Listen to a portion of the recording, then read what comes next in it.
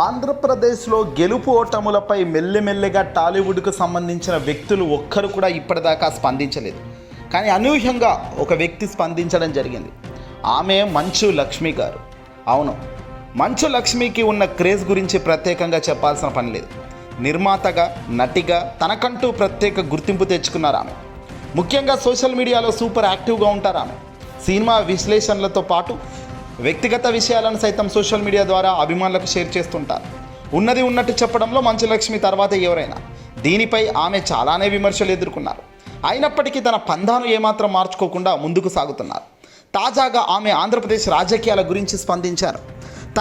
వాళ్ళ తండ్రి మోహన్ బాబు గారు కూడా రాజకీయాలపై చాలా ఆసక్తి ఉన్న వ్యక్తే. జగన్మోహన్ రెడ్డి గారితో గతంలో జతగట్టి ఆ తర్వాత కాస్త పక్కకు జరిగిన వ్యక్తే. ఏం జరిగిందో ఏమో తెలియదు, కానీ ఈ కుటుంబం మొత్తం కూడా ప్రస్తుతం సైలెంట్గానే ఉంది. కానీ అనూహ్యంగా మంచు లక్ష్మి వైసీపీ అధినేత జగన్, అలాగే జనసేన అధినేత పవన్ కళ్యాణ్లను ఆమె ఈ ఇద్దరిపై కీలక వ్యాఖ్యలు చేశారు. డిప్యూటీ సీఎంగా ప్రమాణ స్వీకారం చేసిన పవన్ కళ్యాణ్కు ముందుగా అభినందనలు అన్నారు ఆమె. రాజకీయాలు అనేది నాయకులకు ఒక ప్రత్యేక ప్రపంచం వంటిది.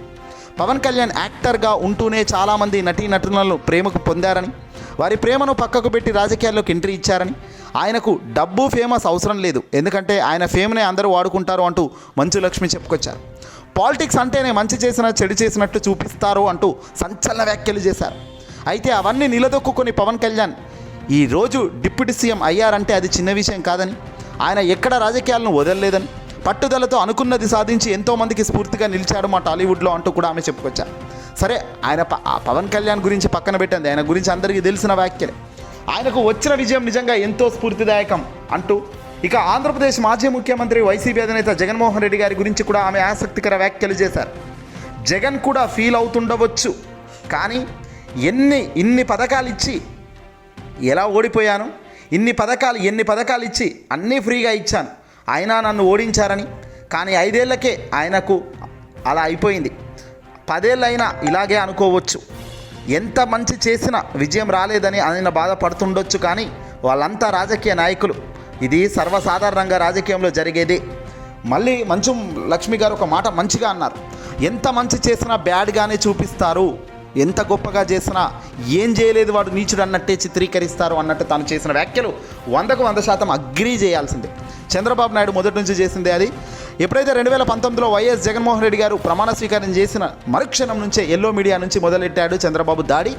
పేపర్లో పెద్ద పెద్ద హెడ్డింగ్స్, పూర్తిగా జగన్ ఏది చేసినా అటర్ ఫ్లాప్ అని, జగన్ ఏది చేసినా ఫెయిల్ అని, ప్రతి అడుగులో హైకోర్టు మెట్లెక్కడం, సుప్రీంకోర్టు మెట్లెక్కడం, ప్రతి ఇది ఆపడం. చివరికి పేద ప్రజలకు 31 లక్షల పట్టాలు ఇచ్చేటప్పుడు కూడా చంద్రబాబు చాలా నెలలు గోసబెట్టించారు. ఇలా ప్రతిదీ కోర్టుల నుంచి అడ్డుకోవడం, జగన్పై బురద జల్లడం. ఇప్పుడు తాను ప్రమాణ స్వీకారం చేసిన మరుక్షణం నుంచే చంద్రబాబు చాలా గొప్ప మనిషి మాదిరిగా చాలా గొప్ప పనులే చేస్తాను తాను అన్నట్టుగా చెప్పుతూ వస్తున్నాడు. రాజకీయాల్లో ఇవన్నీ చాలా కామన్ అంటూ తాను మంచు లక్ష్మి గారు ఆ మీనింగ్ వచ్చేటట్టు తాను ఆ వ్యాఖ్యలు చేయడం నిజంగా గొప్ప విషయం.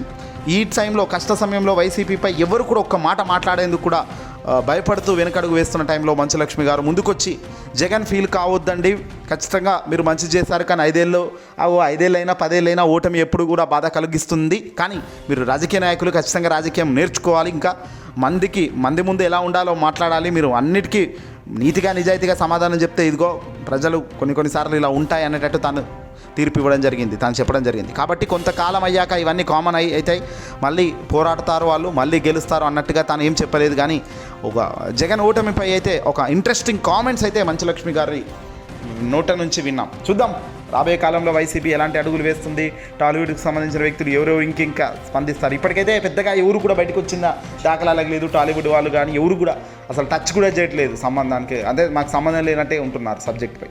చూద్దాం ఏం జరుగుతుందన్నది.